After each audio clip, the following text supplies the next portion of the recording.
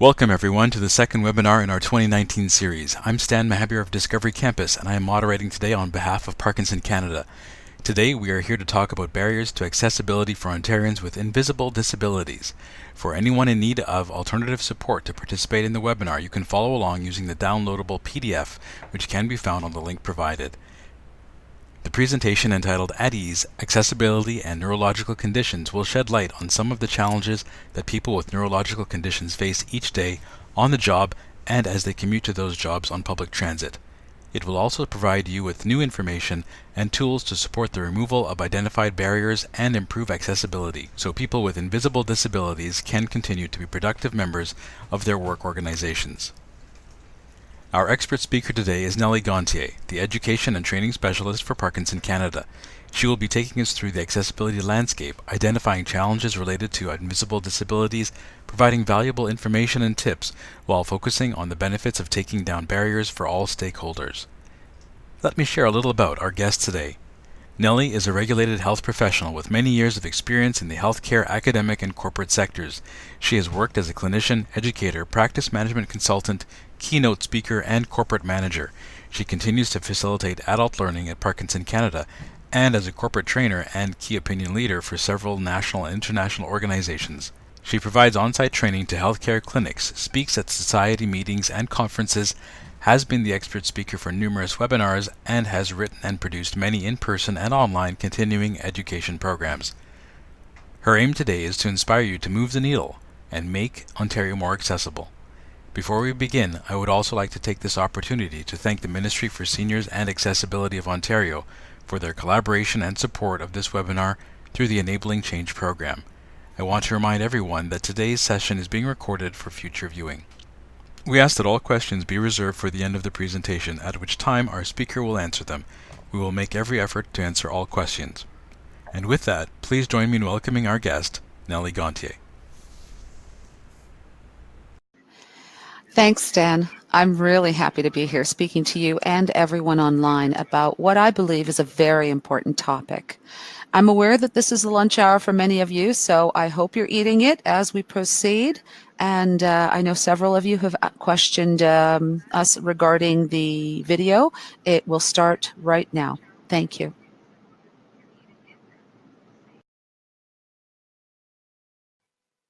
Hello, everyone. Welcome to At Ease, Accessibility and Neurological Conditions. I'm Nellie Gontier, Education and Training Specialist for Parkinson Canada. And for the next 30 minutes, we'll be taking a closer look at disabilities in Ontario with a particular focus on invisible disabilities. Before we begin, I'll take a minute to tell you a little about our organization. Parkinson Canada is the voice of Canadians living with Parkinson's disease.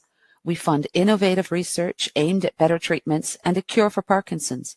We advocate with all levels of government on issues that matter to the Parkinson's community in Canada. Our information and referral specialists and support groups are there to help at any point along the journey, and we provide educational resources for people with Parkinson's, their families, and healthcare providers. Parkinson Canada is also a member of the Neurological Health Charities Canada, is a nationally registered charity, and an Imagine Canada accredited organization. We are passionate about people, neurological conditions, and accessibility. On our agenda today, we have several topics of interest to employers, employees, job seekers, and transit agencies. We'll be taking a high-level look at the Accessibility for Ontarians with Disabilities Act, also referred to as the AODA, the Integrated Accessibility Standards Regulation, and we'll be providing you with tools, tips, and resources to help you support greater accessibility in the workplace and on transit for people with neurological conditions and the resultant invisible disabilities. To participate fully in life in our communities, the province, with everything it offers, has to be accessible. The Accessibility for Ontarians with Disabilities Act was enacted in 2005. It aims to make Ontario fully accessible to all Ontarians so they can participate in everyday life, including going to work, to school, and all other activities of daily living. The Integrated Accessibility Standards Regulation, or the IASR, of the AODA was designed to make Ontario accessible for everyone in every way possible. There are 5 standards under the IASR. The standards listed here apply to all levels of government as well as nonprofit organizations and private sector businesses. The Customer Service Standard, the first of the standards to be implemented, requires that organizations accommodate needs, permit access to support persons and animals, provide notifications of limitations, service disruptions, and/or additional costs relating to services, as well as provide a means of communicating feedback or complaints so issues with accessibility can be addressed and remediated. All the standards are based on the principles of equal opportunity, dignity, and independence for all. They are designed to take down barriers. For our purposes today, we will be reviewing 3 of these standards as they apply to the needs of people with invisible disabilities related to neurological conditions. We will weigh those needs against the needs of employers, transit agencies, and the legislative requirements of the AODA. Despite all efforts to date, there are still many barriers preventing us from reaching full accessibility. To be fully compliant with the AODA and to improve life in Ontario for everyone, we all need to identify and take down those barriers. But there are challenges. Barriers come in all shapes and sizes, and oftentimes the most challenging types of barriers are the invisible ones. Attitudinal barriers, for example, can be just as invisible as some disabilities. The perceptions of others can affect those living with an invisible disability, but it is not the only barrier preventing people with disabilities from accessing services, finding employment, working, getting to and from work, and taking part in activities of daily living. Today, we'll shed some light on the barriers that still exist in the workplace and on public transit. We'll also debunk many myths and bring awareness to issues faced by people who live with invisible disabilities. Let's begin by taking a good look at the disability landscape in this country, and particularly in the province of Ontario. This will provide us with a very good picture of the challenges we are facing and the opportunities that present themselves regularly if we just take the time to really look at the lay of the land. Currently, there are approximately 6.2 million Canadians who live with one or more disabilities.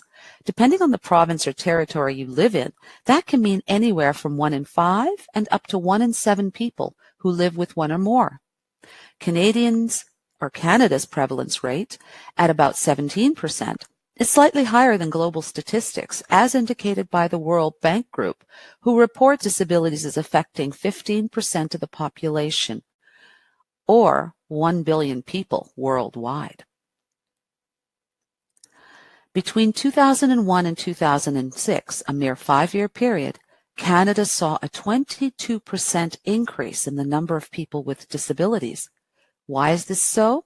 As the former Lieutenant Governor of Ontario, David Onley, himself a person with a disability, said about persons with disabilities, quote, "They're the only minority group you can join in the blink of an eye." None of us can know if or when we may come to live with any type of disability.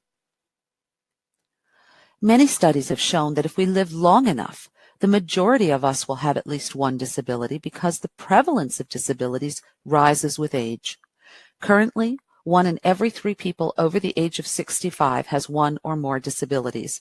And because people today are working longer and retiring later, we're set to see more and more people with disabilities in the workplace.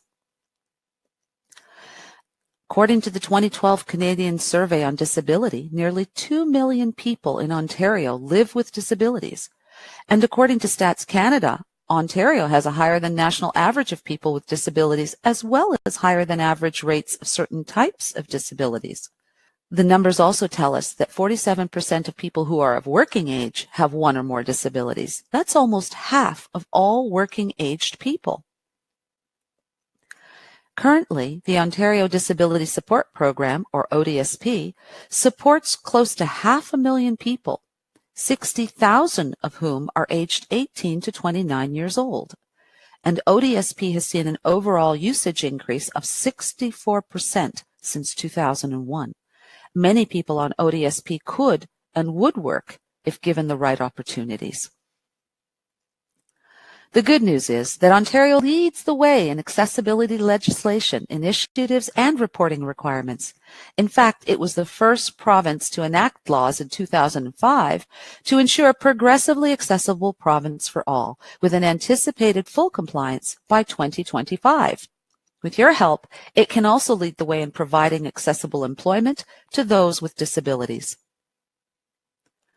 Right now, there are approximately 500,000 job-ready Canadians who live with some type of disability. Half of these individuals have a university or college-level education and credentials. And since Ontario's population equates to almost 40% of the nation's total, this means employers in this province have a significantly large pool of highly qualified job seekers from which to draw.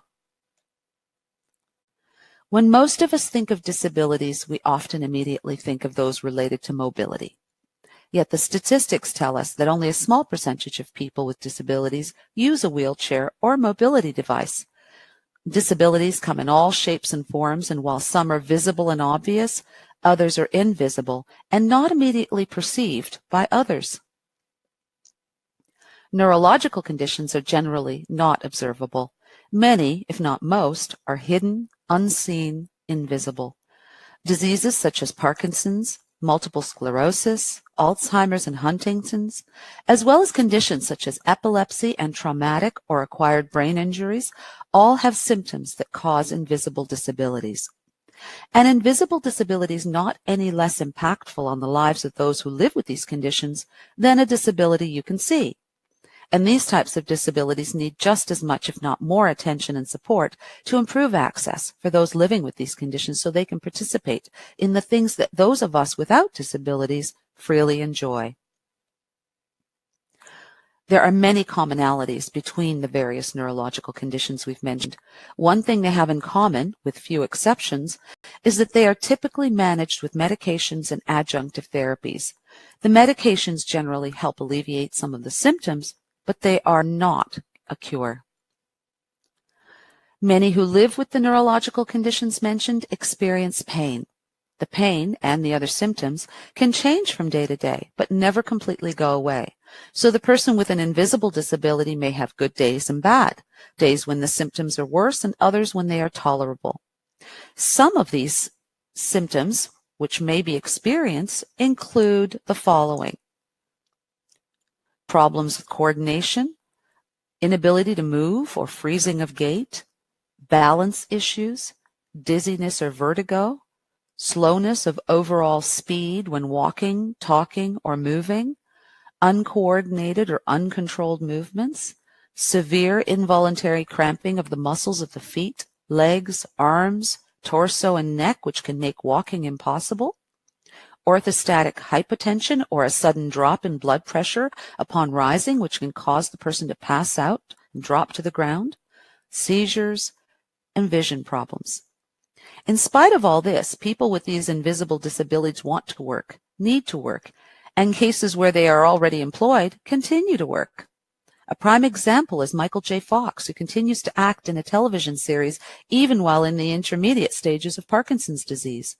Closer to home, CBC News broadcaster Harry Forrestal continues to work long after his diagnosis with Parkinson's.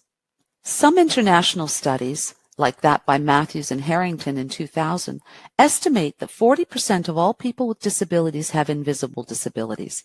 And these studies also show that if it can't be seen, then it is often misunderstood and is left unaccommodated. This can affect a person with a disability further. In the workplace, it can manifest in coworkers not fully appreciating the needs of the person with the disability and affecting their attitude towards him or her. Employee education and awareness programs, as well as simple job accommodations that support the employee with the disability in successfully meeting his or her job responsibility, can remedy and prevent situations like this. Employers need only be proactive in addressing the various needs of employees in their workplaces. People with neurological conditions can be at risk of falling, and that risk increases when they ride public transit, especially if they have to stand up. If they're not seated while in transit, they can lose their balance, fall, and injure themselves. Injuries of this nature are preventable, If agencies do not address the need for sufficient seating and injuries do occur, this can cause grief, anguish, and further debilitation to the person with the disability, while exposing transit agencies to legal risks and litigation. There are many symptoms can affect the safety of a person with a neurological condition while on public transit, and we've mentioned some of those symptoms already. But one thing we haven't mentioned is overcrowding. Overcrowding has become a compounding issue that is creating problems for everyone, not just people with disabilities. It increases risks of injury while walking to the platforms, riding the trains, buses, and streetcars, going up and down any stairs and escalators, and entering and exiting the vehicles. Currently, major cities across the country are struggling to find ways to address the issue of overcrowding on their transit systems. Judging from the news and transit sources, it will be decades before a good, workable solution can transpire. In the meantime, the risks and issues continue. All of these factors underline the importance of accessible seating. Getting anywhere safely and reliably is everyone's aim, but in particular people with disabilities. Although many transit agencies have accessibility policies and have taken down some barriers and implemented strategies for addressing needs associated with different disabilities, they may not be meeting the needs of those with hidden conditions that present specific challenges, and they may not be doing enough to bring awareness of these needs to other riders. What results is a gap between service needs and service provision, and the question remains, how can transit agencies better support accessible transit services for people with the neurological conditions that can change from day to day and can increase risks of injuries for riders who live with these conditions? What can transit agencies do differently or change to remove that gap?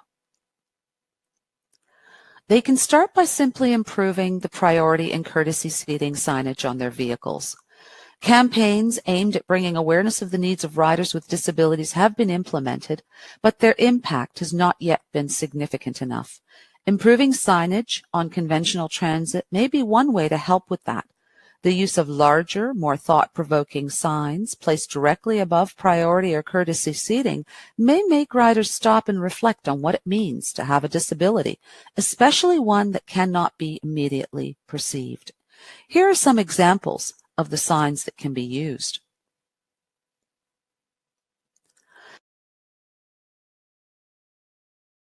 Another area in which a gap exists is in the applications and processes surrounding paratransit. Anyone who has gone through the process knows that there is a lack of consistency from one municipality to another. The inconsistencies range from the criteria for eligibility, the application processes, and even the application content itself. This presents many challenges for people with disabilities, both visible and invisible, as many people today commute longer distances and typically travel through several municipalities on their way to work, to school, to medical appointments, and other destinations. Calibrating with other transit agencies and municipalities will make transit more accessible for more people. How can transit agencies calibrate on this?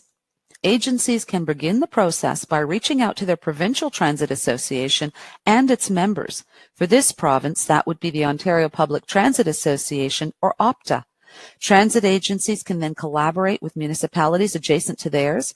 Together, they can assess local and regional travel trends as well as ridership demographics and associated needs. The next step would be to share paratransit applications and assess if the criteria requirements meet the needs of a more diverse population. It's important to align the eligibility criteria regionally and then provincially, not just municipally. Aligning these will help ensure that gaps in accessibility to paratransit and the evolving ridership needs are better met. According to the Accessible Transportation Technologies Research Initiative, ATTR-I, quote, personal mobility has significant and profound impacts on employment, independence, social inclusion, entertainment, and full participation in one's general community and society. Transit agencies can contribute to a more accessible transit experience by doing some of the following. They can learn as much as they can about disabilities, in particular invisible or hidden disabilities. Parkinson Canada can help with that through our free published resource, At Ease, a guide to improving accessibility in the workplace and en route for people with invisible disabilities. Inside, you'll find tips, tools, samples, and resources to help you improve accessibility for riders. You can also share this information with colleagues and with others who wish to know more. Look for opportunities to improve safety and accessibility on vehicles and at stations or stops. Ask riders to respect the purpose of priority or courtesy seating. Offer support and assistance if a situation presents itself or you identify a need. And discover ways to bring attention to hidden disabilities and their impact while riding public transit. And you can further discover ways to empower others to do the same. By doing even some of these things, you can support everyone's right to fully participate in our communities and in our society. The workplace is another area that still has many barriers to accessibility, and one of those barriers is disclosure. When an invisible disability is undisclosed, it can create even more barriers in the workplace for the employee with the disability. Employees with disabilities may be experiencing fear of what can happen if they do disclose. They may have come to believe that any decisions they make regarding disclosure will have a lasting effect on them and their career. Research indicates that approximately 88% of people with invisible disabilities choose not to disclose their disability for fear of facing a negative reaction from their employer. However, choosing not to disclose a disability to an employer comes with its own negative impacts for the employee. While the employer remains unaware and is not given the opportunity to learn and to accommodate the needs of that employee. Employers have challenges too.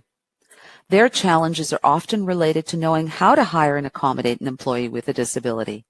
The information is there, but studies show that it's not specific to the size of the business and tends to be geared to larger organizations.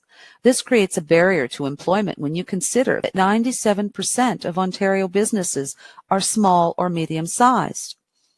Employers will soon be facing other challenges too. Based on employment trends and numbers, it's predicted that future workforce demands will not be met with an equal workforce supply. Deficits in skilled labor are currently being experienced in many sectors, and it's only going to get worse in the future with the retirement of the last of the baby boomers.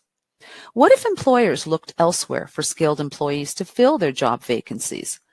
People with disabilities represent a large and as yet untapped labor resource pool that can meet that demand. But many barriers to accessible employment still persist. Myths about disabilities run rampant. Let's take a look at some of the more common myths preventing employers from hiring skilled people with disabilities. Myth number 1. It costs an organization a lot of money to accommodate a person with a disability. There have been numerous reports that refute this myth, and in the final analysis, it's been shown that it really doesn't cost much at all to accommodate a disability. In fact, 57% of employees with disabilities cost employers nothing to accommodate, while another 36% needed a one-time average accommodation cost of $500. What did these accommodations look like? The most requested types of accommodations included flex hours, job redesign, and extra training. The top 2 most prevalent types of invisible disabilities are related to pain and flexibility. Neither of these would preclude someone from working, and instead would require more flexible work hours, accommodating work environments, and job processes. Work accommodations or modifications help to enable a person with a disability to fulfill their work responsibilities and participate in their workplace activities to the fullest. We want to really emphasize that people with disabilities are not disabled. Rather, they are differently abled. Myth number 2. Employees with disabilities are less productive and knowledgeable. This myth is simply that, a myth. In fact, studies show that 43% of Ontarians with disabilities have post-secondary credentials. This represents a highly skilled yet underutilized pool of potential employees to supply the growing workforce demand that we face today. Myth number 3. Employees with disabilities are less likely to go the extra mile. This is an interesting myth. It assumes that employees with disabilities care less or stop caring about their jobs and do not put in a substantial effort. If there is even a drop of truth to this, it may have more to do with the needs of a disability not being met or accommodated than a lack of motivation. Disabilities can slow a person down or prevent them from fully performing some job duties. Often it's a matter of separating out the essential and non-essential job tasks and responsibilities. By accommodating a disability and meeting the needs of an employee with that disability, an employer enables them to perform their job successfully, and studies have shown this to be absolutely true. Moreover, when needs are met, employees with disabilities experience greater job satisfaction and subsequently are rated more favorably by employers in several areas, including job performance, where 90% rated average or higher. Myth number 4. Employees with disabilities are unsafe in the workplace. This myth is simply wrong. In fact, employers rated more than 98% of their employees with disabilities as being safer than those without a disability. Why is this so? It may be that persons with disabilities have a stronger personal appreciation for the consequences of workplace accidents and the disabilities they can create, and so they may be more conscious of the need for safety in the workplace and may be less likely to take unnecessary risks. Myth number 5. Employees with disabilities are harder to dismiss for underperforming.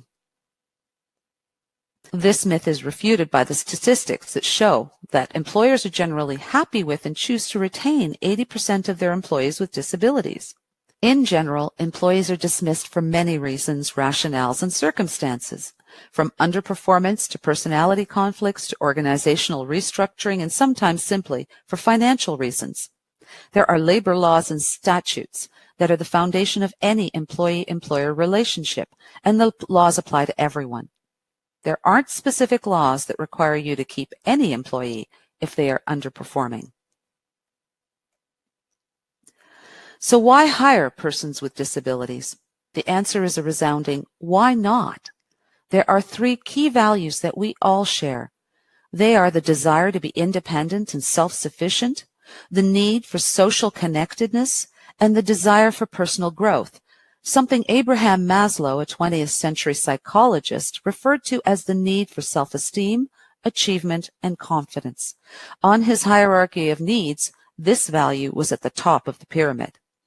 Canada has always prided itself on reinforcing a culture of fairness for all, inclusion for everyone. These are the moral reasons for hiring a person with a disability, but there are many others. Whether we like to think about it or not, we live in economically driven societies, and hiring people with disabilities is good for the economy.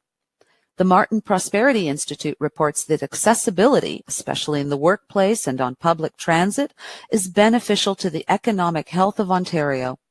Accessible employment and workplaces will mean an increased and more diverse labor force, an increase in incomes overall, a growth in our GDP or gross domestic product of about $800 per person annually, and an increase in overall productivity and innovation. An example of an industry that would see the benefits of a fully accessible Ontario is the tourism industry, which could see over $1.5 billion in new spending. The retail sector could see increases of anywhere from $3.8 to $9.6 billion over 5 years with full AODA compliance. People with disabilities across Canada represent a potential buying power of anywhere from $25 to $55.4 billion. With family and friends factored in, that figure would rise to approximately $366 billion. Additionally, and as we mentioned earlier, it's predicted that there will be significant shortfalls in the workforce as a result of a large segment of the population retiring in the coming years. These losses will not be met with an equal supply of qualified workers. There are several sectors that will suffer as a result, and they include the financial services sector, where 33.3% of the labor force is set to retire as early as 2020. The information and communications technology sector, where a current need for an additional 160,000 workers has already been identified, and in the hospitality and tourism sector, where there will be an employment shortfall of 10% by 2025. As we mentioned earlier, 97% of Ontario's businesses are small to mid-sized. These businesses reported challenges of finding qualified personnel, with 29% having positions in their organizations remaining unfilled for up to 18 months. So you might be wondering, how do I hire someone with a disability? It's easier than you think. You can find a great deal of information on employing people with disabilities in our recently published book. And this book is designed to give you valuable information on neurological conditions and associated disabilities, how to accommodate and manage these types of disabilities, employer obligations and employee rights, and much more. You can also use the tools and resources provided in the book to assess if your organization is meeting its legislative requirements under the AODA. And you can begin the process of creating an accessible workplace where employees with disabilities can actively contribute to your organization's growth and success. To create a more integrated workplace that is inclusive and tolerant of others who are differently abled, you can take some steps to ensure that any employee with an invisible disability is understood and accepted. Begin by offering training and education on disabilities for all staff. This is not only a legislative requirement, but also ethically and strategically a good practice. Support any staff with known or disclosed disabilities. Provide accommodations that are suitable and manage any perceptions that may be incorrect or negatively impactful. You might be surprised by what happens when you hire or accommodate an employee with a disability. Employers and employees alike will benefit. The employer benefits from having a lower staffing turnaround rate, lowered costs resulting from fewer recruitments, onboarding, and training efforts. They also benefit by saving insurance costs, enjoying improved employer-employee relationships, and an increase in employee productivity, leading to organization profitability. Employees benefit by experiencing greater job satisfaction, professional growth, and a stronger sense of self-confidence and self-sufficiency. When employees are satisfied and happy, they help nurture an inclusive and tolerant company culture that evolves and grows. Finding suitable and relevant work can be challenging for anyone, especially a person with a disability. When an employer removes barriers and creates an accessible workplace, everyone wins. We encourage you to challenge your own perceptions. Challenge your organization to hire people with disabilities. Tap into a resource pool with skill sets that are highly valued and discover how your organization can engage diverse talents. Start by learning more about invisible and visible disabilities. You can contact Ontario's Ministry for Seniors and Accessibility for more information on disabilities. Look up some of the resources provided in our booklet. Access information on how to hire people with disabilities so you have the know-how to proceed. We're calling on all of you to revisit your hiring practices to see if you can provide more accessible work opportunities for people with various disabilities. And we're asking transit agencies and their employees to make a conscious effort to become more aware of the needs of those with invisible disabilities and to better understand how these disabilities impact their public transit experience. We're also asking transit agencies to find innovative ways to implement practices and policies that will ensure safe and effective travel for all.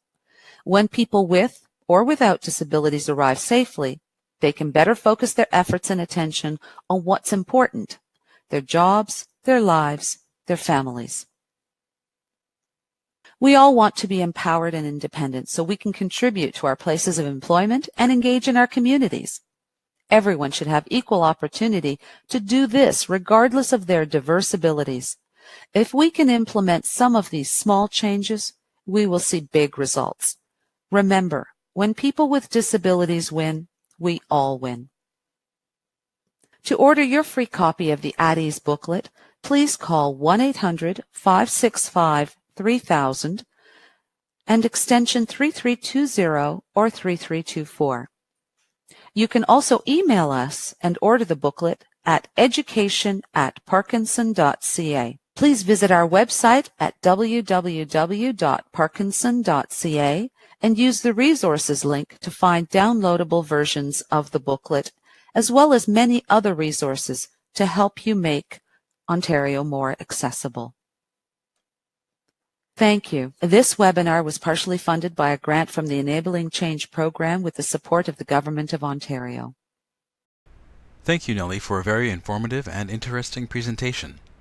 As we begin the question and answer portion of our session, we want to remind you that we value your feedback. After the close of this session, you'll be redirected to a short survey. We ask that you please take a minute and provide us with your feedback. Through this survey, you will also have the opportunity to order your complimentary copy of our newest booklet, At Ease, a guide to improving accessibility in the workplace and en route for people with invisible disabilities. The book is a learning companion to this webinar and goes into greater detail on the topic, and offers you many more tools and tips. We will now open the forum for questions. So one of our first questions here is, does an employee have to disclose their disability? That's a really good question, and I think that there may be some misrepresentations or perhaps misunderstandings regarding that. An employee doesn't necessarily have to disclose the actual disability.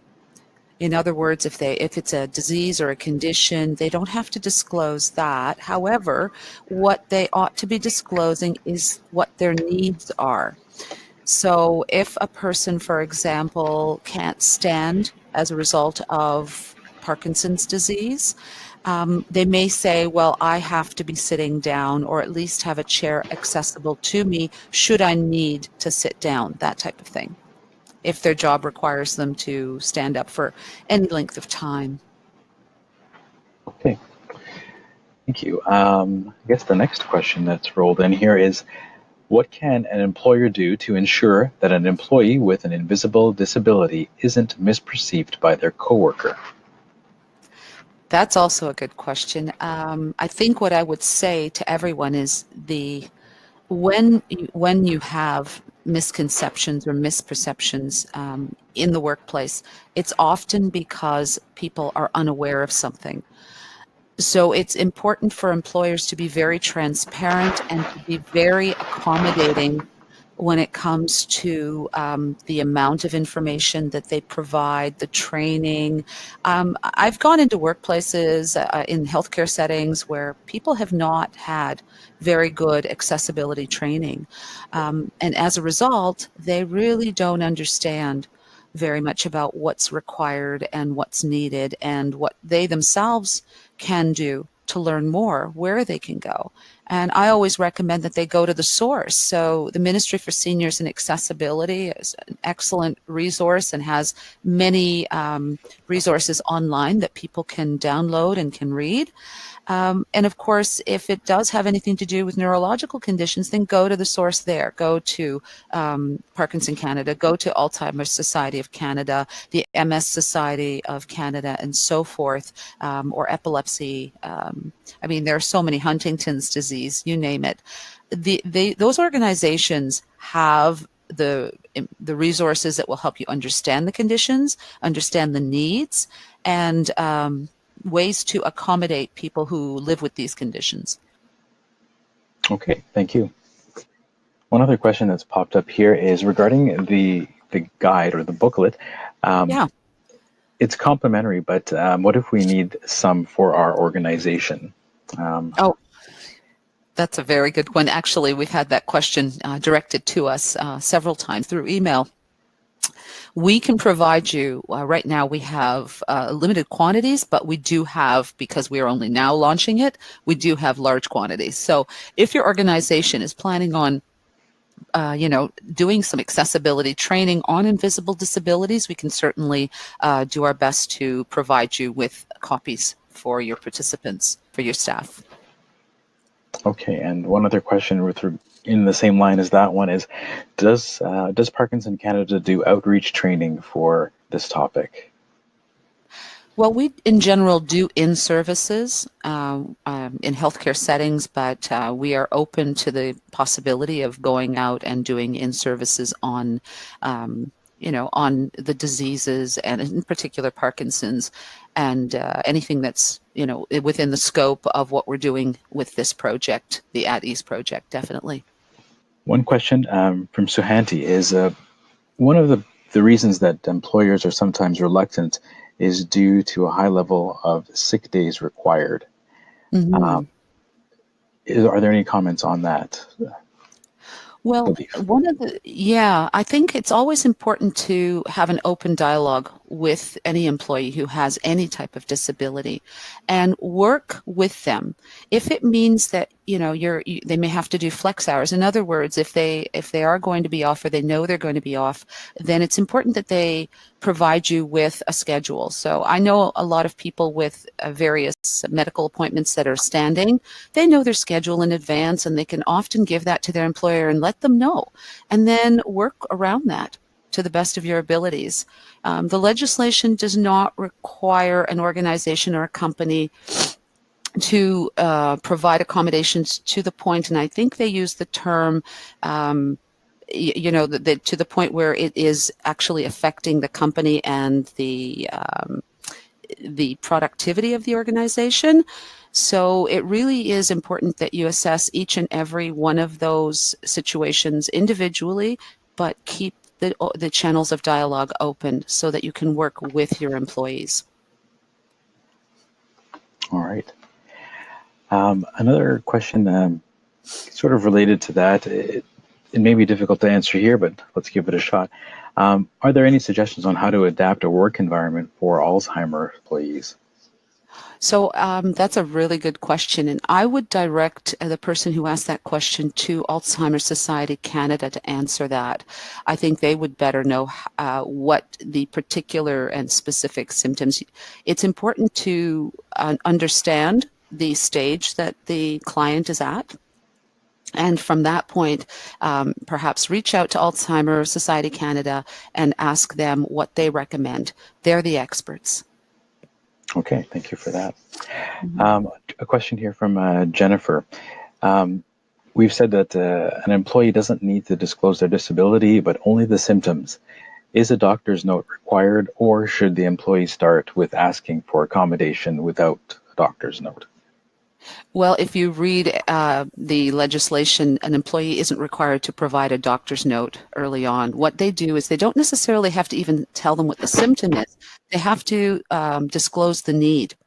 In other words, saying that, okay, I will need a chair to sit down. So let's say I'm a bank teller, and my bank has decided that we're going to stand up as tellers, and we're going to service our customers. If standing up for any length of time becomes an issue, you can address that with management and explain that you have a condition that requires, a seat, and that it is an accommodation that you are requesting.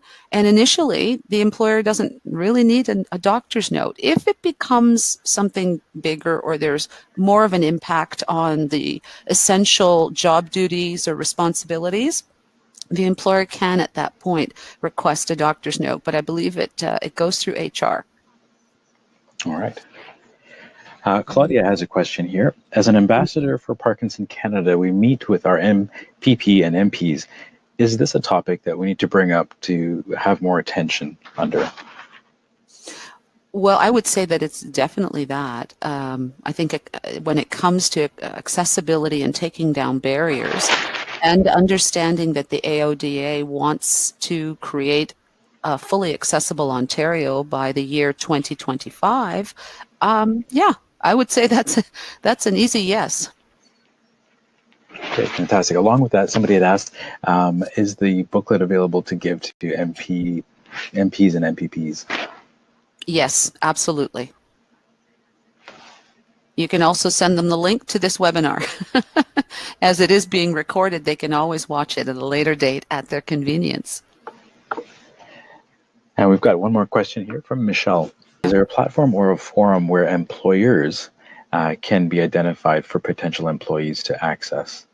Yes. In fact, there are several organizations out there who, I guess you could call them employment support agencies. And what they do is they try to link up the appropriate employee with a disability with an employer who has the right, role and environment to, make sure both the organization and the employee are successful. And there are lots of them out there. You can access them online. One of them you can go to, I believe, is ODIN, the Ontario Disability Employment Network, and then there's Join. Off the top of my head, I can't think of too many, but there are lots. Oh, there's another one out in the Hamilton area, PATH, as well. Okay, sounds good. Mm-hmm. All right, at this time it doesn't appear that there are any additional questions that are being entered into the queue. Nellie, did you have any closing comments that you wanted to add? I just wanted to say that this is a subject matter that is close to my heart, and I think many of you, if you are watching today, it's close to your heart as well. So if there's anything that any of us can do to improve accessibility and take down barriers in this province, then please do whatever you can, and our resources are there to help you. Fantastic. We did get one other question just while you were speaking there. Alan asks, do you think we should reach out further to all the transportation providers, but also to the vehicle converters? That's an excellent question. Sure, absolutely. When you look at the stats and you look at the numbers, more people have invisible disabilities than visible disabilities. And the better we understand or begin to understand invisible disabilities and how they can impact both in the workplace and on public transit, the better. And if we can get service providers and employers to understand them better, then I think everyone wins. At this time, there appears to be no further questions. Thank you everyone for attending today. Please complete our online survey so we can bring you the programming that you want. On behalf of Parkinson Canada, I want to thank Nellie for a very timely and relevant presentation. For more information on accessibility in the workplace and on public transit, or to access a recording of this webinar, please visit our website at www.parkinson.ca. If you have any further questions regarding today's session, feel free to contact us by email at info@parkinson.ca or call us toll-free at 1-800-565-3000. We remind you that our next webinar will be on April 16th at 12 p.m. Eastern Standard Time, and it is the official launch of our new Act on Time campaign. For more information on this, please visit our website. As we sign off, Parkinson Canada would like to wish you all a barrier-free day. Thank you.